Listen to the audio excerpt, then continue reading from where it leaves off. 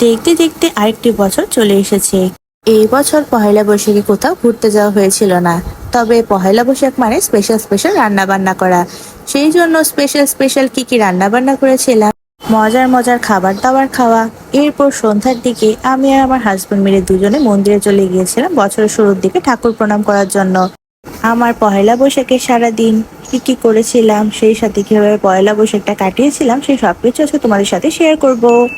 শুভ নববর্ষ সবাইকে, সবাইকে বাংলা নতুন বছরের অনেক অনেক শুভেচ্ছা।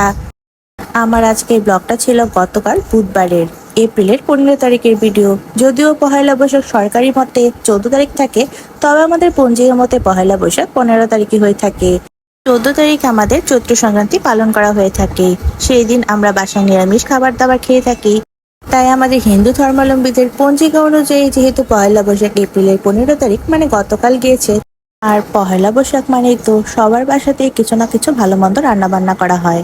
আমাদের বাঙালিদের মত অনুযায়ী বছরের প্রথম দিনটা যদি ভালো মন্দ খাওয়া হয় তাহলে সারা বছরই ভালো কাটে। এটা জাস্ট একটা কথার কথা। যাই হোক, সকাল সকাল ঘুম থেকে উঠে এরপর নাস্তাটা খাওয়া দাওয়া করে নেওয়ার পর রান্নাটা বসিয়ে দিয়েছিলাম।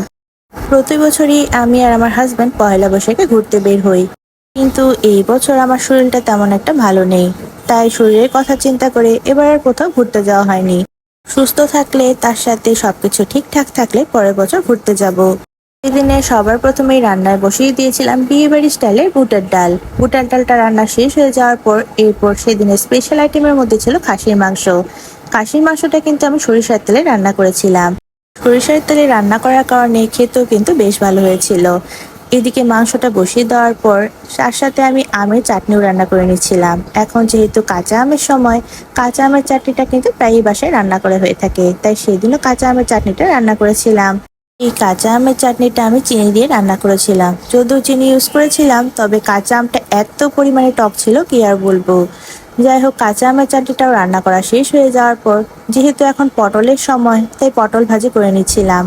বুটের ডাল দিয়ে পটল ভাজি, তার সাথে পোলাও খেতে কিন্তু দারুণ লাগে। সেই জন্য এখানে পটল ভাজিগুলো হলুদ আর লবণ দিয়ে মাখিয়ে ভালোভাবে তেলের মধ্যে ভেজে নিচ্ছিলাম।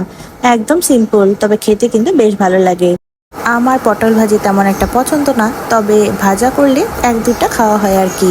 এদিকে ঢাকনা দিয়ে বেশ কিছুক্ষণ সময়ের জন্য আমি খাসির মাংসটা রেখে দিয়েছিলাম, আর এরই মধ্যে খাসির মাংস থেকে জল বের হয়েছে। সেই জলে খাসির মাংসটা খুব সুন্দর করে সেদ্ধ হয়। এরপর সেই জলে মাংসটাকে ভালোভাবে কষিয়ে নিয়েছিলাম আর পরিমাণ মতো ঝোল দিয়ে ঢেকে দিয়েছিলাম সেদ্ধ হওয়ার জন্য। আর তার সাথে পোলাও রান্না করেছিলাম। এখানে পোলাও রান্না করার রেসিপিটা তোমাদের সাথে পুরোপুরি শেয়ার করছি না। আসলে আমি এখানে আজকে কোনো রেসিপি শেয়ার করছি না, যতটুকু রান্না করেছি একটু একটু করে ভিডিও ক্লিপ নিয়েছিলাম, সেগুলোই তোমাদের সাথে একটু একটু করে শেয়ার করলাম। পোলাওয়ের চালগুলো সুন্দর করে ভেজে নিয়ে এরপর পোলাওটা রান্না হওয়ার জন্য বসিয়ে দিয়েছিলাম। এদিকে আমার মাংস সেদ্ধ হওয়ার জন্য রেখে দিয়েছিলাম, সেই মাংসটাও খুব সুন্দর করে সেদ্ধ হয়ে গিয়েছে। আর আমার খাসির মাংসের ঝোল কিন্তু একদম রেডি। এবারের পহেলা বৈশাখটা আমি বাসায় কাটিয়ে দিয়েছিলাম। যদিও একটু মন খারাপ লেগেছিল, সবার ছবি দেখছিলাম, এবার ঘুরতে যেতে পারলাম না। যাই হোক, একটা বছরই তো, এরপরের বছর আশা করি সবকিছু ঠিকঠাক থাকলে ঘুরতে বের হব। তোমরা কারা কারা পহেলা বৈশাখে ঘুরতে বের হয়েছো, আর কারা কারা ঘুরতে বের হওনি, তারা কিন্তু অবশ্যই আমাকে কমেন্ট করে জানাতে পারো। সেদিনের পোলাওটা আমি গাজর দিয়ে রান্না করেছিলাম, তাও একদম পারফেক্ট ঝরঝরে পোলাও।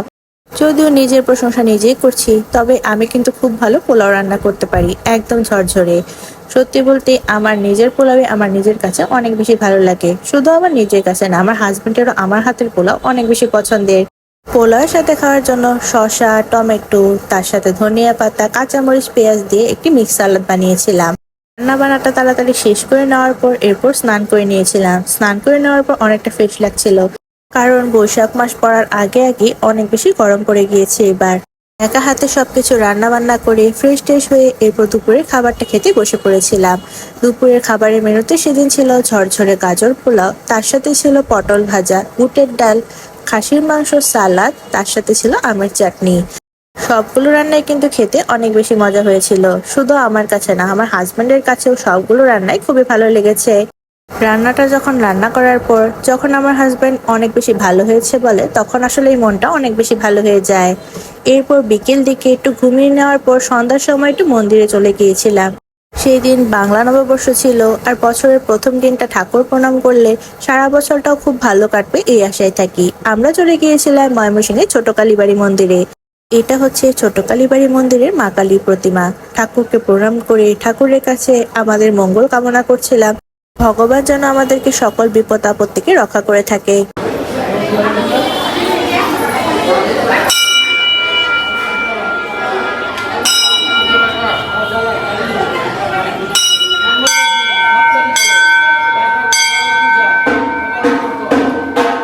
সেই দিন বছরের প্রথম দিন ছিল, তাই সেদিন মন্দিরে অনেক অনেক বেশি পরিমাণে মানুষের ভিড় ছিল।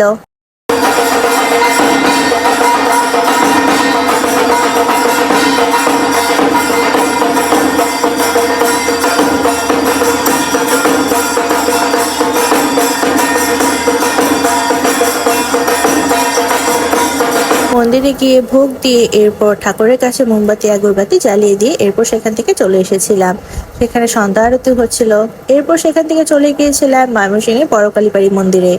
এই মন্দিরেও দেখলাম মানুষের ভালোই পরিমাণে ভিড় ছিল, আর মন্দিরটা অনেকটা ঠিকঠাক করেছিল। আর এটা ছিল সেই মন্দিরের কালী প্রতিমা। তার সাথে ছিল এখানে রাধা গোবিন্দের মূর্তি, আরও ছিল শীতলা ঠাকুরের মূর্তি। সেই সাথে এখানে একটা সুন্দর গণেশের মূর্তিও প্রতিস্থাপন করা হয়েছিল। বড় কালীবাড়ি মন্দিরে সবকিছু সুন্দরভাবে নতুন করে কাজ করা হয়েছিল। সেখান থেকে আমরা এরপর লোকনাথ বাবার মন্দিরে যেতে চেয়েছিলাম, কিন্তু লোকনাথ বাবার মন্দিরে এত বেশি পরিমাণে মানুষের বাইরে থেকেই ভিড় ছিল, ভিতরে ঢোকার আর সাহস হয়নি। এটাই ছিল আমার পহেলা বৈশাখে সারাদিনের টুকিটাকি।